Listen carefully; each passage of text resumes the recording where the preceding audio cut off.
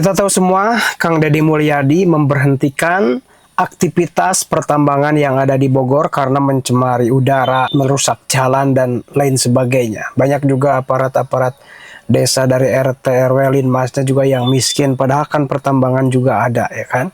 Dalam hal ini, mungkin ini hanya menerka-nerka dan patut dicurigai, mungkin bisa juga itu disidak ya oleh KPK terkait pelonjakan kekayaan Bupati dan Wakil Bupati Bogor. Nah, lagi-lagi masyarakat menjadi ujung tombak dari kepentingan-kepentingan orang berduit, pejabat, dan perusahaan. Kemarin demo juga dilakukan oleh masyarakat biasa. Ada supir truk tambang, ada masyarakat yang dagang di sekitar tambang yang ikut demo kan. Dan orang yang memungut batu ya ikut demo juga. Lagi-lagi masyarakat seperti itu yang selalu menjadi ujung tombak daripada kepentingan-kepentingan orang-orang besar, orang-orang berduit ya. Dalam hal ini Kang Deddy Mulyadi tentunya punya solusi dan memberi solusi bagi siapapun yang terganggu penghasilannya ya dari penutupan tambang itu. Kalau bicara pertambangan, apakah pertambangan mensejahterakan rakyat sekitar?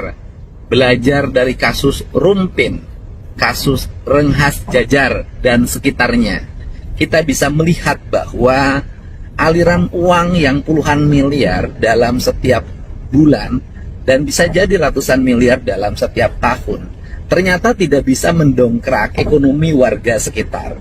Ketika baru sebentar tambang ditutup, semua orang sudah berteriak, ditagih oleh bank keliling atau bank emok. Infrastruktur di sekitar desanya hancur. Kemudian yang paling dekat kasus adalah warga yang kebetulan anggota Linmas yang mengaku hanya makan kelapa. Dia tiap hari kuli mikul batu dimuatkan ke truk. Ternyata rumahnya pun mau roboh. Padahal dia termasuk kategori aparat desa, tugasnya sebagai Linmas. Dari situlah kita belajar bahwa seringkali rakyat dijadikan ujung tombak untuk melakukan protes terhadap sebuah kegiatan. Ketika tambang ditutup, pengusaha diam. Yang maju adalah masyarakat, baik supir truk maupun kuli-kuli lainnya termasuk pedagang kecil. Pertanyaan yang berikutnya, apa yang akan dilakukan oleh Kang Deddy terhadap masyarakat sekitar yang kehilangan mata pencarian? Solusinya sudah saya sampaikan. Direkrut menjadi tenaga di kantor dinas PU, PSDA, dan kegiatan lainnya yang tugasnya adalah membantu pembangunan infrastruktur jalan dan jangka waktunya bisa sangat lama karena kegiatan-kegiatan kebersihan, pembersihan, dan pemeliharaan jalan dilakukan dalam setiap hari. Itu solusi pertama. Solusi-solusi lainnya kami sudah menyiapkan juga. Saya katakan dana untuk modal usaha bagi masyarakat. Dan berikutnya juga dana pengganti karena kehilangan mata pencaharian selama hampir 1 bulan. Dan ini menjadi concern kami. Untuk itu, tak ada kebijakan yang tanpa saya perhitungkan. Saya berpihak pada kepentingan masyarakat, saya akan berjuang dengan kepentingan rakyat, dan saya tidak mau masyarakat dijadikan ujung tombak menghadapi pemerintah yang secara konsisten menjaga lingkungan dan menjaga derajat ekonomi rakyat kecil. Mohon sabar untuk semuanya, bahwa pemerintah Provinsi Jawa Barat sudah menyiapkan skema-skema dan dalam waktu dekat akan segera direalisasikan. Bayangin yuk, dalam beberapa tahun saja, harta seorang pejabat bisa melonjak sampai 1.200%. Ini yang sekarang jadi sorotan publik di Kabupaten Bogor. Data dari Laporan Harta Kekayaan Pejabat Negara atau LHKPO milik Komisi Pemberantasan Korupsi menunjukkan kekayaan Wakil Bupati Bogor Ade Ruhandi atau yang dikenal sebagai Jaro Ade mengalami lonjakan yang sangat signifikan. Pada laporan tahun 2018, total hartanya tercatat sekitar 4,78 miliar rupiah. Namun dalam laporan terbaru tahun 2024, angkanya melonjak menjadi 62,14 miliar rupiah. Artinya hanya dalam beberapa tahun terjadi kenaikan sekitar 57 miliar rupiah atau meningkat hampir 1.200%. Mayoritas kekayaan itu berasal dari tanah dan bangunan senilai 45,9 miliar rupiah, lalu kendaraan dan mesin mencapai 11,4 miliar rupiah ditambah kas miliaran rupiah lainnya.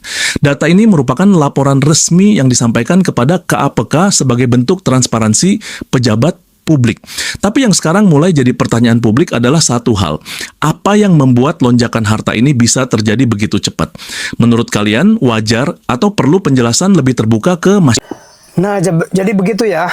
Ini bisa saja terjadi ya, menerka-nerka. Kan kita itu gak harus selalu tunduk saja sama pejabat, sama isu-isu yang beredar. Karena isu-isu itu bisa dimanipulasi ya. Kita harus berpikir secara logika ya. The law of the principle mengajarkan kita harus memiliki hukum perpanjangan akal ya. Bagaimana bisa menaik drastis gitu kekayaan seorang pejabat kalau kita bisa menghitung ya pendapatan dia tuh dari gaji pokoknya dan lain sebagainya. Ya mungkin ada dari proyek, udah pasti kalau pemerintah sekitarnya dalam hal ini kabupatennya gitu kan diam saja ketika pertambangan itu mencemari lingkungan ya, mengabaikan aspirasi masyarakat ya. Nah dalam hal ini patut dicurigai juga kelonjakan kekayaan bupati ini ya. Nah dalam hal ini Kang Deddy Mulyadi adalah sosok pemimpin yang memang sangat kita butuhkan ya. Ketegasan ya, keberanian yang beliau miliki adalah sikap yang memang kita perlukan sebagai masyarakat. Apalagi dalam hal apapun Kang Deddy Mulyadi selalu berdasarkan pada kepentingan masyarakat banyak. Lebih baik Kang Deddy Mulyadi itu dimusuhi oleh segelintir orang yang punya kepentingan daripada mengorbankan jutaan masyarakat itu. Yang bisa saya tanggapi dalam berbagai persoalan itu tentunya. Bukan berarti saya pro KDM, saya buzzer KDM, bukan. Sama sekali saya itu mencoba selalu berpikir secara objektif. Mau dari hal apa kita menjatuhkan Kang Deddy Mulyadi, ya kan? Banyak orang yang membenturkan Kang Deddy Mulyadi dari isu agama, gak mempan juga kan? Kang Deddy Mulyadi ternyata apa yang dilakukannya itu ya implementasi daripada ajaran-ajaran Islam juga. Memberi kepada fakir miskin ya, memberi kepada orang yang membutuhkan, membela masyarakat banyak ya, menjaga hutan dari kerusakan, menjaga polusi udara, membersihkan sampah ya. Apa coba? Apa? Memang jauh dari kata sempurna, tetapi setidaknya Kang Deddy Mulyadi menjadi seorang pemimpin yang lebih baik daripada pemimpin sebelumnya, menjadi seorang pemimpin yang lebih baik daripada pemimpin lainnya di luar provinsi Jawa Barat gitu loh. Dan memang dalam hal ini kepuasan masyarakat terhadap kinerja seorang gubernur Jawa Barat itu paling tinggi, 97, sekian persen ya, kepuasan masyarakat. Nah, bagaimana menurut kalian terkait tambang di Kabupaten Bogor ini? Apakah bupati dan wakil bupati Bogor itu terlibat sehingga kekayaannya menaik drastis gitu loh? Silakan baku hantam di kolom komentar. Terima kasih sudah menonton. Jangan lupa like, subscribe, dan tekan tombol lonceng. Bye bye.